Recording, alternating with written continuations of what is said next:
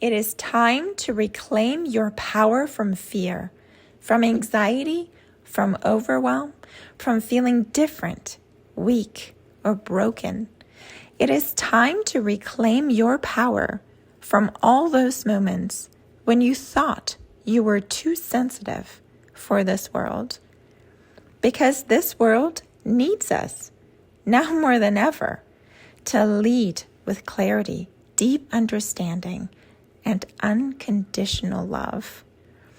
Throughout history, highly sensitives, just like you and me, with our depth in processing, heightened awareness, empathy, and sensitivity to subtleties, have been essential to human survival and cultural evolution.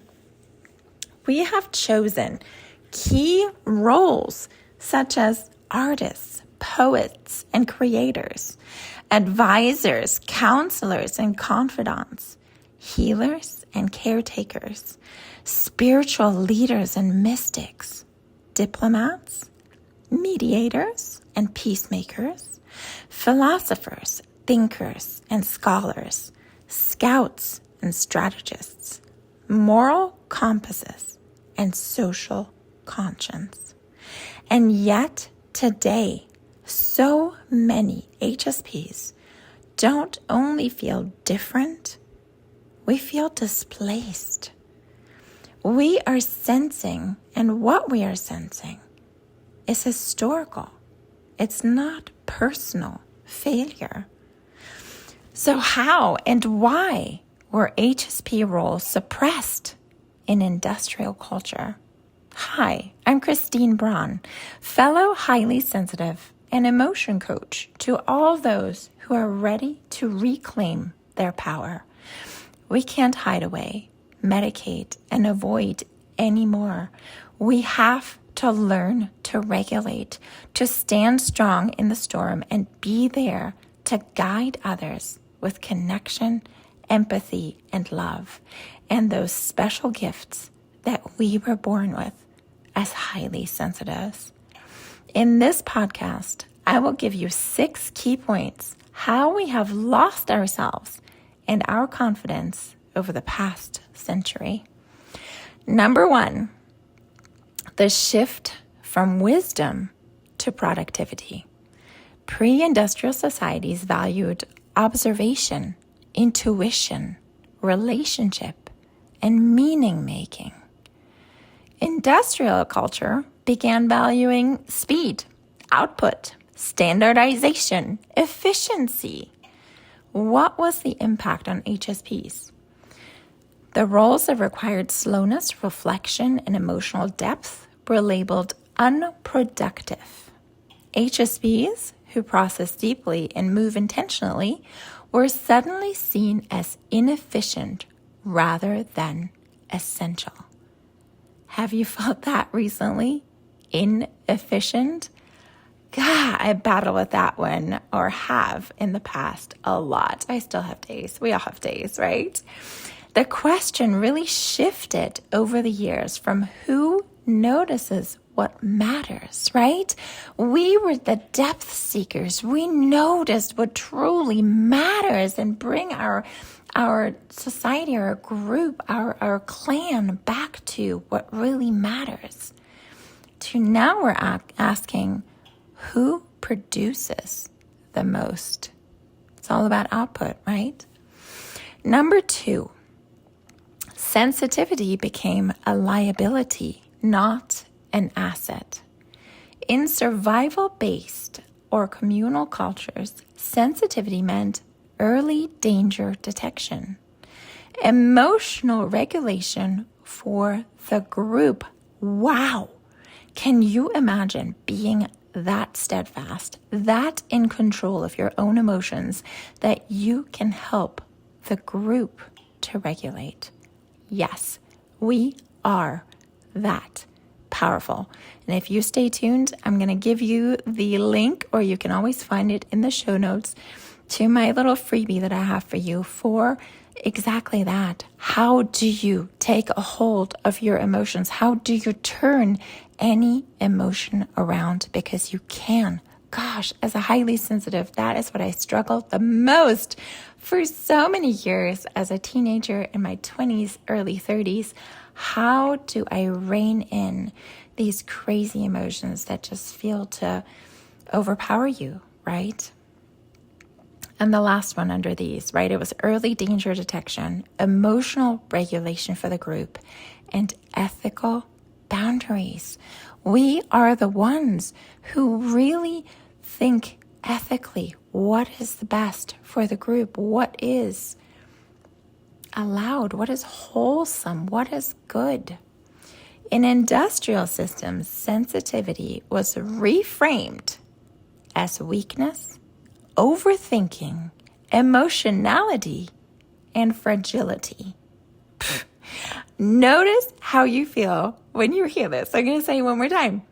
Weakness, overthinking, right? In industrial systems, sensitivity was reframed as weakness, overthinking, emotionality, and fragility because it didn't fit into what they needed from us.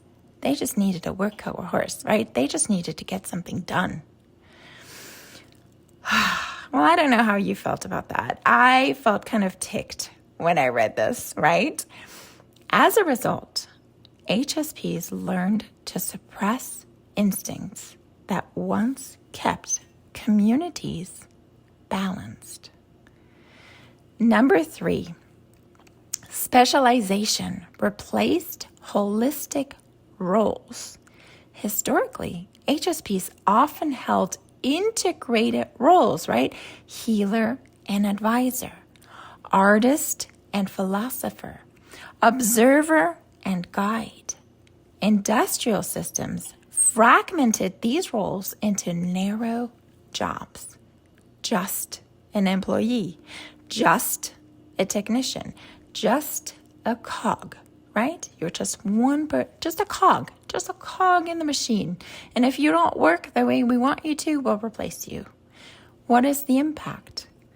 HSPs lost permission to bring their whole self, their intuition, their empathy, their creativity into their work. And that is our stronghold. This is who we are. This is what lets us connect to our work with meaning. This is what gives us life and fulfillment. No wonder we are so exhausted at the end of the day. We have no more meaning in what we're creating.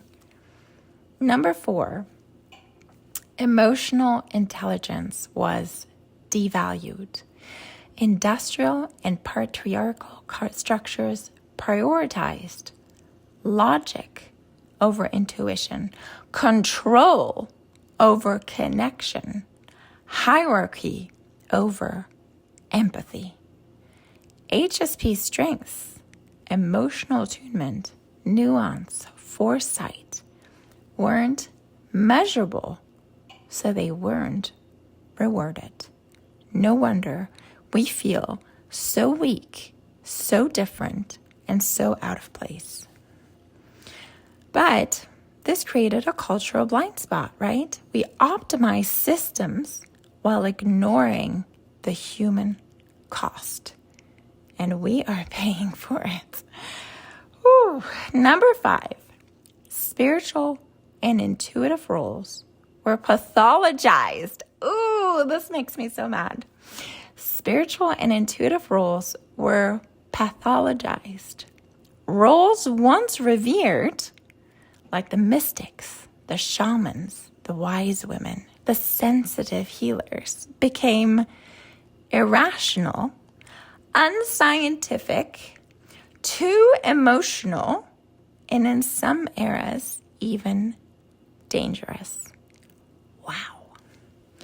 Many HSPs internalized shame around their intuition, their emotions, and their inner life.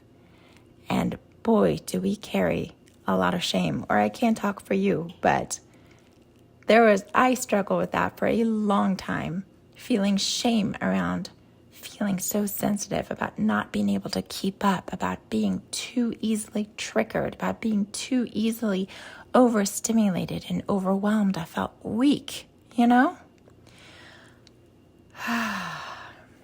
Number 6, overstimulation became the norm. Industrial and post-industrial culture normalized constant noise, artificial lighting, crowds, time pressure, digital overload. HSP's nervous systems were never designed for this. Oh my gosh. I mean, gosh, is it a wonder that we can't handle half a day, let alone a whole day of all these things?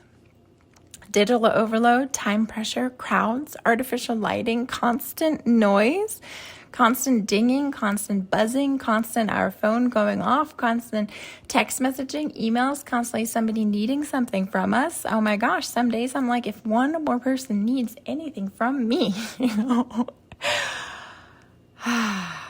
So instead of adapting systems to humans, especially HSPs, were told to toughen up. That just makes me want to cry when I hear that or when I read that. Of just, wow. We were told, you don't measure up. You're too weak. You better toughen up. So let's sum this up. What was lost? When HSP roles were suppressed, society lost preventative wisdom, emotional regulation at scale, ethical foresight, depth, meaning, and soul. We gained productivity, but lost balance. We lost ourselves. But all is not lost. We're still standing. The earth still spins. And what is emerging now?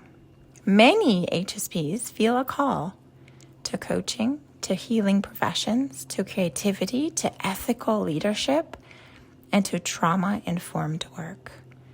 This isn't a trend. It's a re-emergence. The world is rediscovering what it buried. And you and me, as highly sensitive beings, carry the responsibility to reclaim our power. The world needs us. Our children and our future generations need us to step up now. So what can you do today to regulate your nervous system, to strengthen your body and mind, to acknowledge, appreciate, and hone your sensitive gifts, and to uplift those around you? That is exactly what we will be talking about every week on this podcast, reclaiming your power as an HSP, because together we can and we will make a difference. Tune in next week, Tuesday, to learn how you can powerfully shape your mornings so that you will have the energy, focus, and purpose for your day. Thank you so much for listening. This is your host and fellow empowered, highly sensitive, Christine Braun. Now go out there and make a difference. You were born for it.